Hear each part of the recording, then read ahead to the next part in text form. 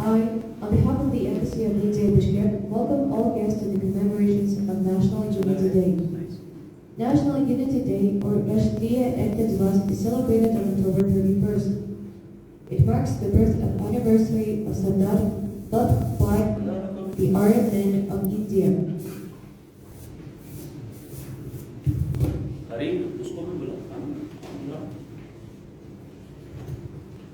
The day was introduced by the government of India in 2014 to honor its legacy. Now, we will watch a few documentaries to mark the occasion.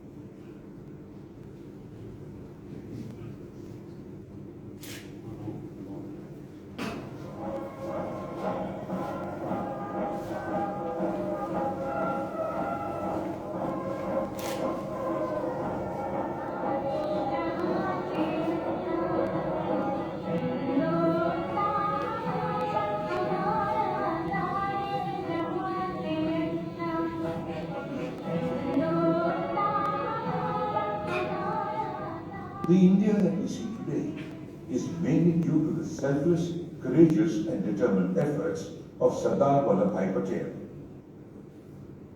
He was India's first Deputy Prime Minister and Home Minister.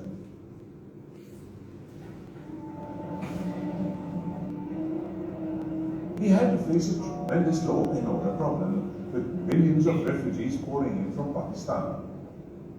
Another challenge was the integration of the 565 princely states into the Indian Union. To Sardar Patel, the sovereignty of the nation was of utmost importance to justify the struggles and sacrifices of millions of Indians and realize the dream of India as one nation. इस चीज से आतंक को खुद को भी नुकसान होगा वो चीज में समझ के हमें जो हिंदुस्तान आज सदियों के बाद एक हुआ है और एक मौका मिला है वो घुमाना नहीं चाहिए. Sardar Patel convinced all the states to join in, even as Junagadh and Hyderabad came through it. In the end, Junagadh caved in, but there had to be police action before the Nizam of Hyderabad surrendered. And thus, he came to be known as the Iron Man of India. A grateful nation salutes Sardar Vallabhbhai Patel, the pioneer of national unity.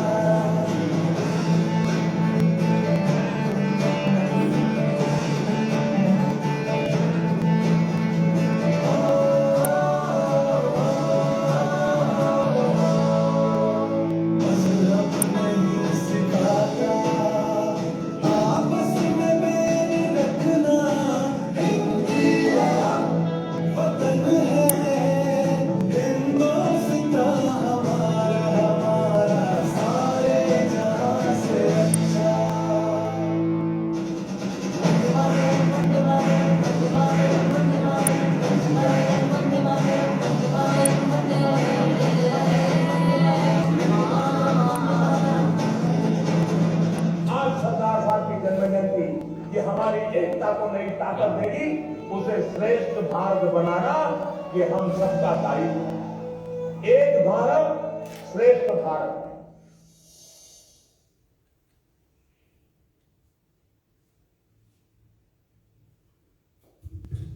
May I now request Ambassador His Excellency Shri Olagomed Abdi to kindly address the gathering. Friends, very good morning to all of you and congratulations on National Unity Day. As you saw, that we have been celebrating this day since 2014.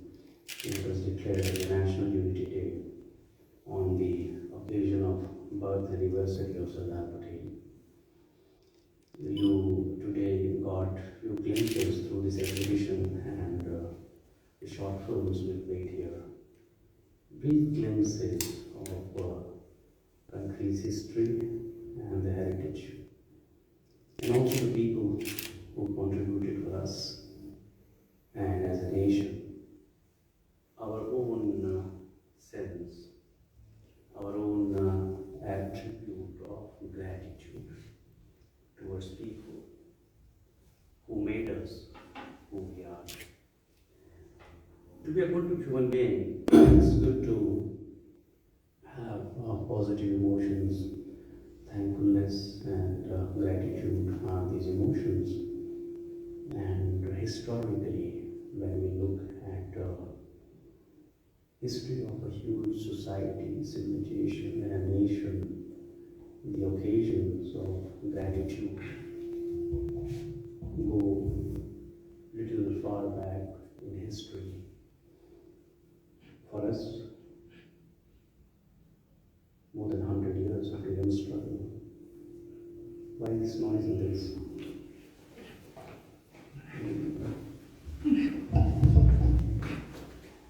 So, it's very necessary for us to know figuratively the ground we are standing on, and for nations and societies, history is the ground that we are standing on. It's our ancestors who have lived in that period. And there are many more things that can be said, but imagine that as a nation, it took us literally 70 years to recognize this stalwart. It's not that Sardar Patel needs any recognition. He was country's first deputy prime minister, he was the first home minister. But what he is recognized for is this legendary acumen, that administrative quality, that he brought the nation together. Many of us don't even know that when Britishers left us in a hurry, literally overnight, there were no lines drawn, there was no separation demarcated on the map. The people and their families and assets, there's no information. It just moved on the basis, so that's what they wanted. And you have a nation which requires that vision, administrative acumen, and they still will. I would hesitate to reproduce those, monitors that Patel is called the steel man of India. But he was much more. It's not that he was a steel man, and you saw that. Please, we all have eyes and ears, recognize. What do I see when I see that movie today? I recognize how beautifully he's speaking Hindi. Do you remember to recognize that? And these were all the people. If you read their English language text, you'll be surprised how beautifully they wrote, how profoundly they spoke.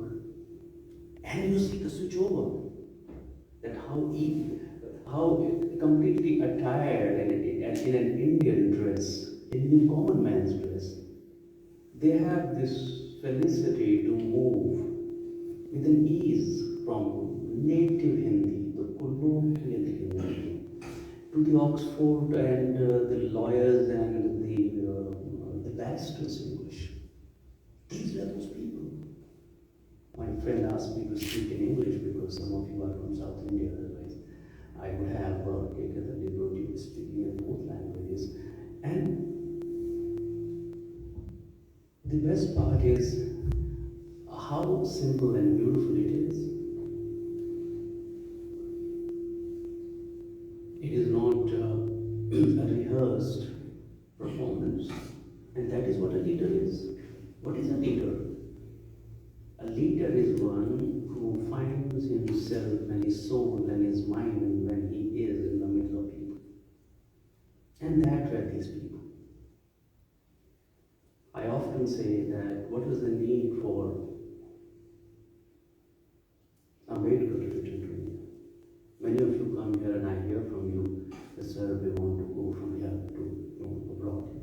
We have more life opportunities out of country. Yes, good. But imagine the people who are in London and Columbia University, the top-notch institutions in the world, and it's 1921. Their opportunities and their qualifications compared to us today are 100 times more. Look at what the Jews did in New York after the World War. Jews started trickling into New York after the World War. And they are just people. It just took them 50 years. So isn't it that these people who are so brilliant and great, they were sitting at the frontier of the human excellence, London, New York, rest of the universities. And how simple they are. Their clothing, and do the leg lack grace? Such graceful. You saw the Sardar Patel's, that sketch over there. How graceful the faces are. And that's why we are standing. Because on our foundations are these minds, these souls, these contributions. The other day I was listening that how in Pakistan there's no history of freedom struggle. The freedom struggle was in India. Freedom struggle was not, it's not that it was not for Peshawar, I was reading a book, it was for Lahore, it was for Balochistan. But they have completely erased it. So what is the history then for 100 years? If I take the freedom struggle out of my country's history, then what is Indian history, modern history? It's only 2% of what the history of what is the existing history. And I'm saying this precisely so that we understand that history is not that I'm giving recognition to history. History needs me, yes, but I need history more than history needs me, because without that I'm empty. If I don't have 19th, 17th century to 19th century any detail in my life, in my country, in my ancestry, then where am I? Can I switch it off? So, इसमें आ जाएगा. And to youngsters, there are a few of you, I wish there were more of you, please be greedy now. Please be greedy for value. That's my challenge to you. That's my suggestion to you. We are repeatedly saying twice, and me, an actor, agent, agency. But what choice? Are you getting the quality? Are you getting the value? What are you reading? What movies and cinema are you watching? What society are you playing in? What is on your screens? And how are you an actor if you don't know yourself? It's not about knowledge, it's not about wisdom. That happens. You don't pursue knowledge, you don't pursue wisdom. The moment you start pursuing knowledge, you have failed. Because it's a conscious act. You can't be thinking and swimming at the same time. When you swim, you swim. Your whole effort is at swimming and breathing. Right? So, how do you become an actor? If you are empty, how are you an actor? You are half. First, you have to fulfill. See, words are beautiful. Fulfill. They don't say full. Full is enough. The fill is also enough. Why to say fulfill? full is the measure. This is full, but it's not fill. What is fill? Emotional fulfillment, enrichment. That's the fill part. So you can't say, I came to a house, mein bahut khush hua, I was very full. And can I say I was very filled? Yes, I was full and I was filled. And fulfilled means I was nourished emotionally, socially, nutritionally, warmth, in all the senses. Then pay attention to the words. Don't rush. Take pauses. Let it do slow. And in your universe, do include unfashionable, so-called, unfashionable elements and dimensions. If it is not fashionable to read history, read it quietly in your home. If it is not fashionable to watch anthropological movies and go to a Kyrgyz yurta, it is fashionable to go to the mall and do that. But when you find an occasion, once in 2 months, do look around. There's a nomadic museum in Chorpanata. I'm sharing it because it gave me humongous happiness, because I used to travel past that road and somehow I never saw it. I still don't believe that it opened in 2017 because I spotted it in 2020, 21. Have you seen it? I mean, I'm asking, even my people. Sometimes when you go to Chorpanata, I spend 2 hours over there. See the nomadic museum. Don't judge people. If the Kyrgyz are making buttermilk in their leather churns, just have one emotion about excitement about knowing it. Don't say these were, backward people, they were using these things. No. Because in the cross-cultural context, what is interesting is the newness of things and the variety of things that you know about life. Because the only test of excellence is the fact that you are here. That's it. If you're not excellent, you're not here. If they were not here, we were not here. Probably I would have been a school teacher somewhere. I'm not saying school teachers are bad, but I said my grandmother was illiterate. My father was the first graduate, he was the first masters in the family. Why? Because we were colonial, we were colonized, all was sitting here. If India was not independent in 1947, we were not here, we were 30 years behind. If India was independent in 1909, we would have had 40 years straight head start. And that's history. History is that much more important. We do not know that when the Britishers left India, it was only 1/3 of India practically, which was under the British dominion, which we call the colonial British India. The rest was princely states. So 2/3 of the land of the country was not the British dominion. And as per the independence understanding, only the British dominion, the Britishers only had a right to say that this is India that you take back. Others had the freedom to make up their mind. And some of these problems keep lingering, continue to this day. My dear friend got me a beautiful book called The Pathans, which I read for the last 5 days. This book was with me in 1998. I still may have a photocopy of it, but I never read it. Then I got it reissued. In 2014, it kept sitting on my table. I kept looking at it. Maybe I read a few excerpts here and there. But this time I read it fully, and it was grasping. It's all about, right from Alexander to Mahmud Ghazni, to Mahmud Ghori, Kyrgyz and Tughlaqs and Lodis, Akbars, Sirsa Suri, Humayun, Babur, to Britishers, the colonizers. What was Peshawar? What was the Pathan country? What was the Afghan? And what was the Pathan? And what was the Persian? What is Khilji? What is Yusufji? What is Achanchis? How are they different? How are Afghans not?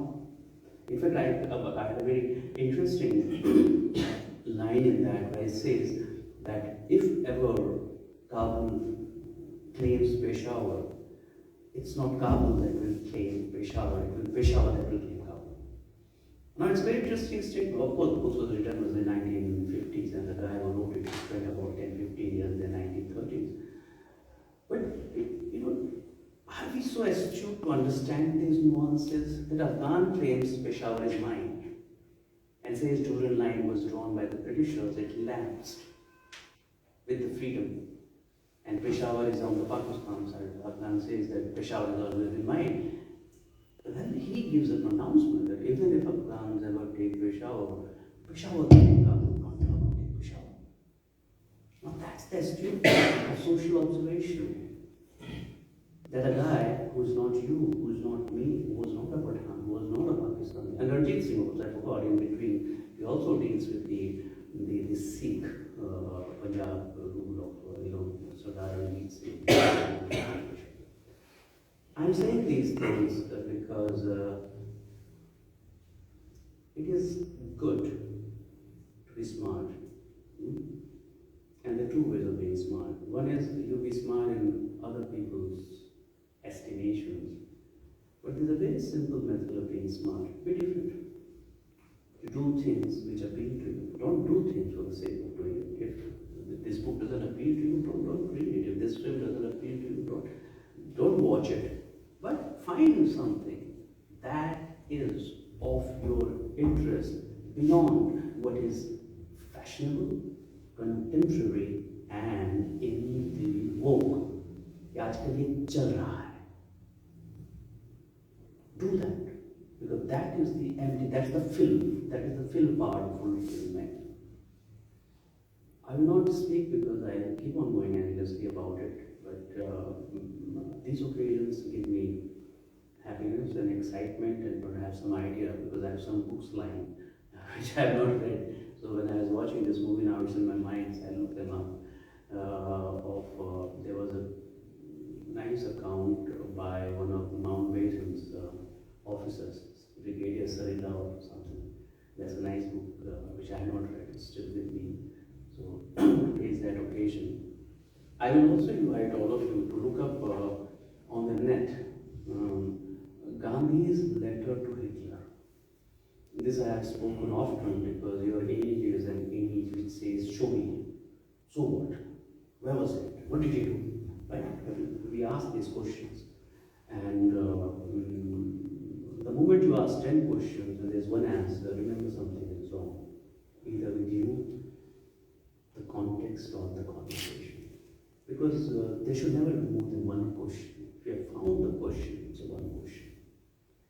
That letter of 1939, I found hung on a wall in Manipen Museum in Mumbai, where Gandhiji, I believe, lived for 6 years. It's a very simple house, not done like a museum, and it has a lot of his personal belongings. And I saw that letter. It is framed, it's put on the wall. Then I found the copies of it on the net. A beautiful 12-line letter that he wrote, writes, full of meaning, very simple language, amazing editorial excellence. Right? I think he was a smart guy. That's what I'm trying to say. Secret Gandhi. I mean,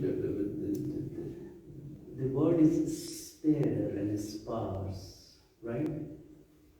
How does he command? And I'm not talking about the historical respect, and I'm not talking about the look at him. Just 6 feet, 8 feet of plain clothing wrapped around, wire-rimmed glasses, no hairstyle, few words. And he was not a silent man, by the way. Sardar Patel was a quiet man. Gandhi is very, very vocal, he's very loquacious, he talks. Gregarious, if you may call it. Because there's an exuberance, there's energy there. And there's energy, you will share. But what I mean by spare is, he can say in 4 words a sentence, which somebody may need, half a page. He's not verbose. But into me, is it difficult? Understanding? And we have this treasure. Believe me, why I refer to Pakistan, because I happen to watch some of these videos where they're saying that the nation has withheld itself from its own history and has created a cavity in its existential imagination. Imagine you don't know your great grandfather. I don't know my grandfather. I don't know my grandfather and grandfather's father. But you believe that the great grandfather's father had a father. But imagine if you ever told that between 1500 to 1600 there's nobody in the family. How do you feel? It's very awkward. And it happens with the nation's soul. Where for 5,000 years there's a civilization, and you say, no, my nation started with 1947, and it's not that history is not a convenience of a human act that you wipe it out and you erase it from your archives and digital media. Some of these things do look into, try to take little flights out of your comfort zones. Sometimes sit back and look at how much of what you call your own and your choice, how much are you paying for it? If it is a tulip at the Alatu garden, then it's beauty, it's not charging you. But if it is a pair of sneakers which is fashionable and it is in a wardrobe, you paid for it $5,000 or $500, it's not a choice.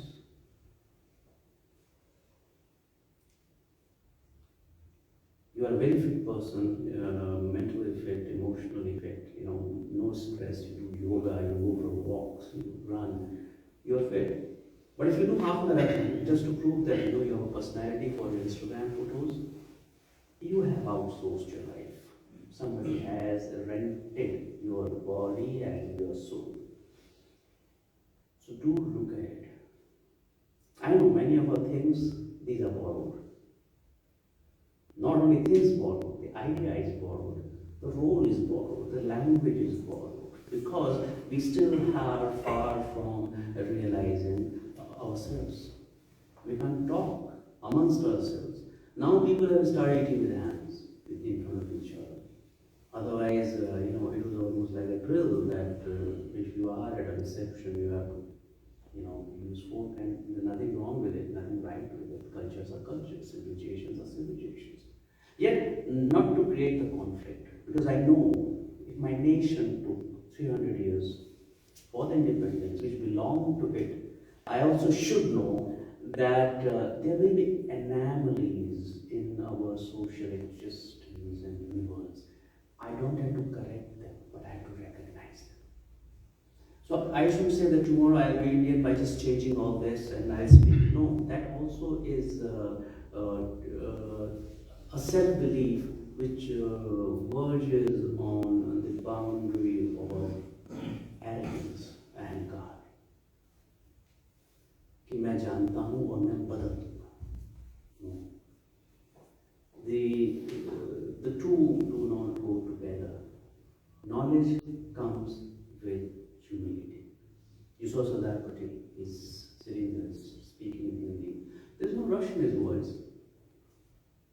He's not speaking fast. He's not making tall claims. Look at Gandhi. Read his book, मेरी आत्मकथा. मैंने उसको हिंदी में पढ़ा था सबसे पहले. I had to my experiments with truth is the English version of it.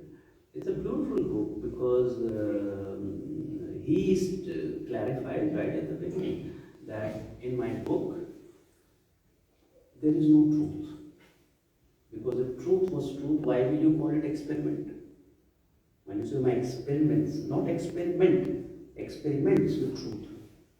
Now pay attention, I am telling you people. I apply it myself. I am very judicious about words. My friend knows this. My HOC. He must be still thinking sometimes, why do I pay so much of attention? Why my emotions get triggered with a single use of word, one single word? Because the words are the keys and the code words to your intellectual, emotional, thought and power universe.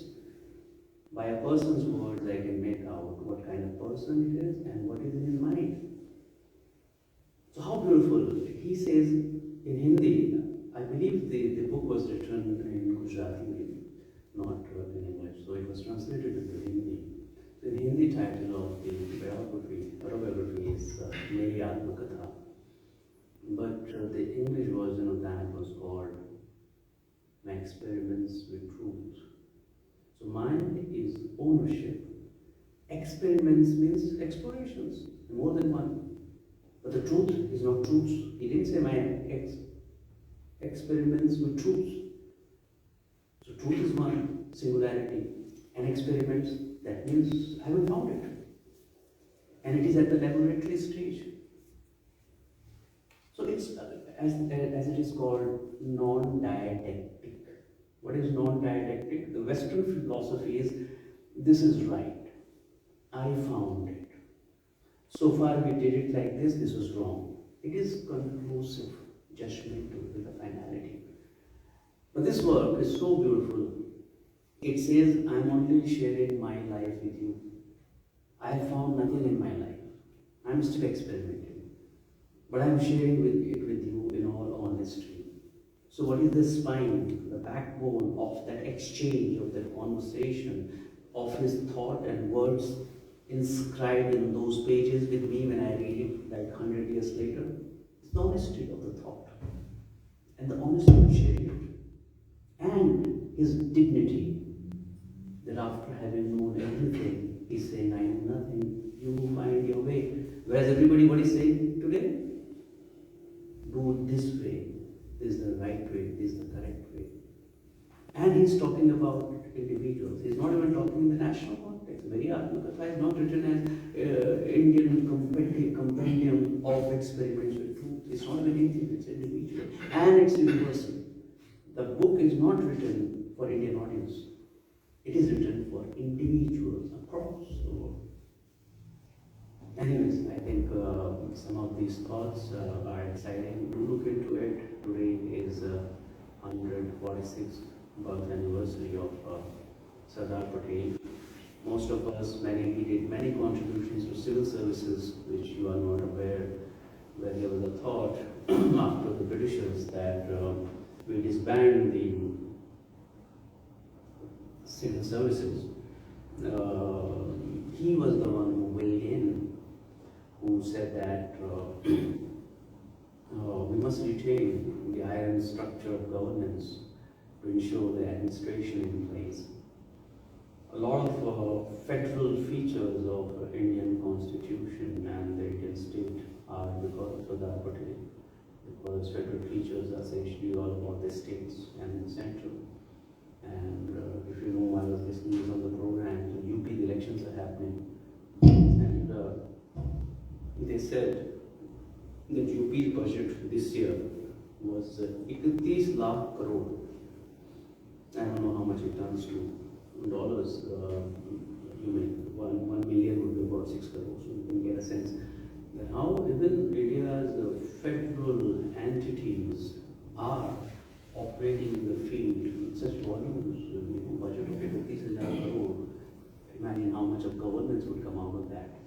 And a great deal of that comes out of the federal structure that we have, that the states will have right to administer certain subjects, like law and order is with the state, education is with the state, some are with center like defense and foreign policy, which are essentially with the foreign country, army with the central, irrigation is with the state, agriculture is with the state. So these features again, were determined. So today the character of a nation, and it's evolving character, because it was a live federation. Ours was not baked and finalized and finished federation.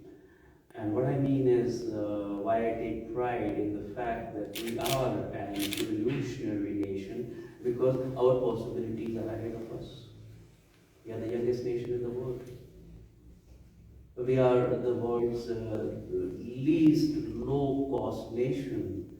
In the universities that I went, we paid $10 a semester to be what we are. And I thought we were no less. That's That's what the whole IT revolution of the Silicon Valley, they say that if the Indians were not there, it wouldn't have been a sister. Who did? These guys were not paying $40,000 for their education. They were regular middle class boys and girls. I have heard from my friends in IIT of the stories of children who lived in small towns of North India in one room house. The same room was the kitchen, the same room had a TV, and the same room was, parental play, living room, bedroom, everything. And from that reality, they transposed themselves next year, 10 plus 2, and next year they're in IIT. The fourth year they are, in San Jose or Cupertino or Bell Laboratories. I'm not only talking about Silicon Valley, that's the talked about thing. A lot of Indians have gone to the Western scientific laboratories whose work is not heard of or is not publicized. And that was the nation we created. Why have you respected some of the students here when people separate you from other countries' students because it is believed that the average Indian student is much brighter than a student from any other country. We are doing well in technical education, we are doing well in higher education, in applied sciences, and we are producing world-class students. You recall that there was a huge controversy about Chinese students in the United States a couple of years back because they had claimed the GI system. But it meant a lot of revenue, so they would challenge it. But for sometimes, the GMAT and the GI system were compromised and they had to make it foolproof. That doesn't happen in India. For every one student that you select for any course, you know that there are 4 equally good who stay behind. And not only about the 4 equally good, let me tell you something more. There are 20 very good, equally good students who are in Warangal and Coimbatore or Tiruvannaveli because they could not become part of this national competition, international job application that remains focused on metros, Delhi and the rich and the financially well-off societies. Our country is full of talent, and talent is with whom? It's not with old people. Talent is youth.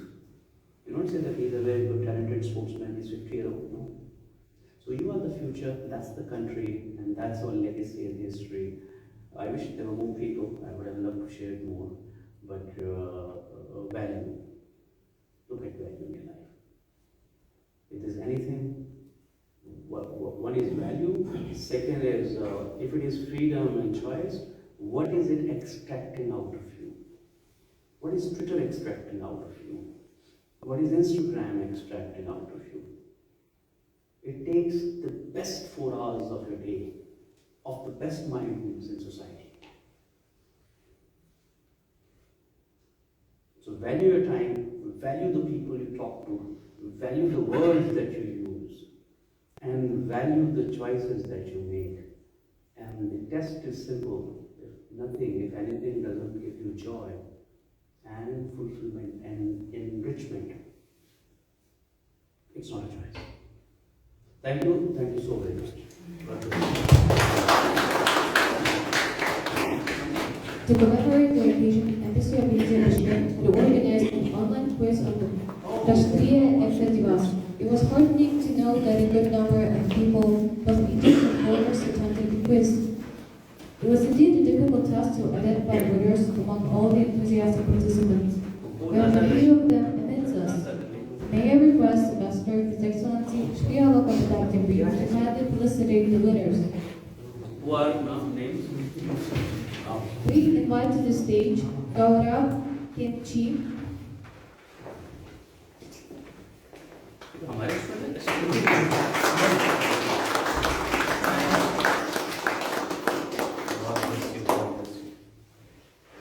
Ms. Rekha Punia,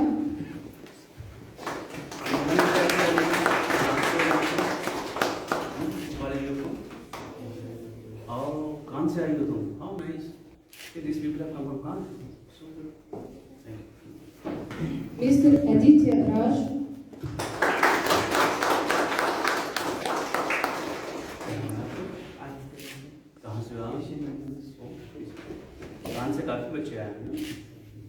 सुबह आए होगे तुम लोग। Miss Akonti Nisha Purna.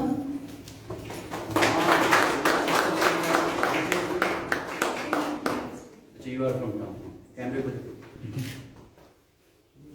क्या नाम बताए? Nimisha. You are from Kerala? No, sir, Andhra Pradesh. Andhra. Mr. Priyesh Kurbarsi.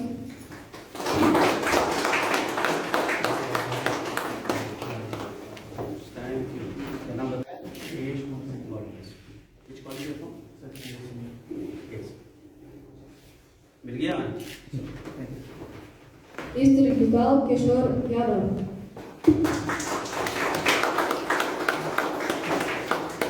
आप कहाँ से हो?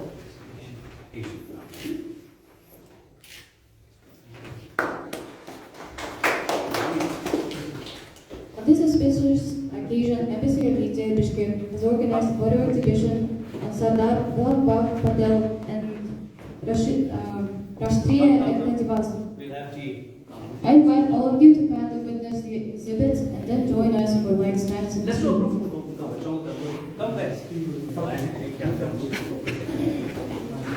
Bag अपना. Unless you want to really hold it. आप कहाँ से आए? आप sorry yes. आप इस नाविक से हो. ऐसा राउंड बना लेंगे. और कुछ पीछे बालक कुछ पीछे आ जाओ. The tall guy.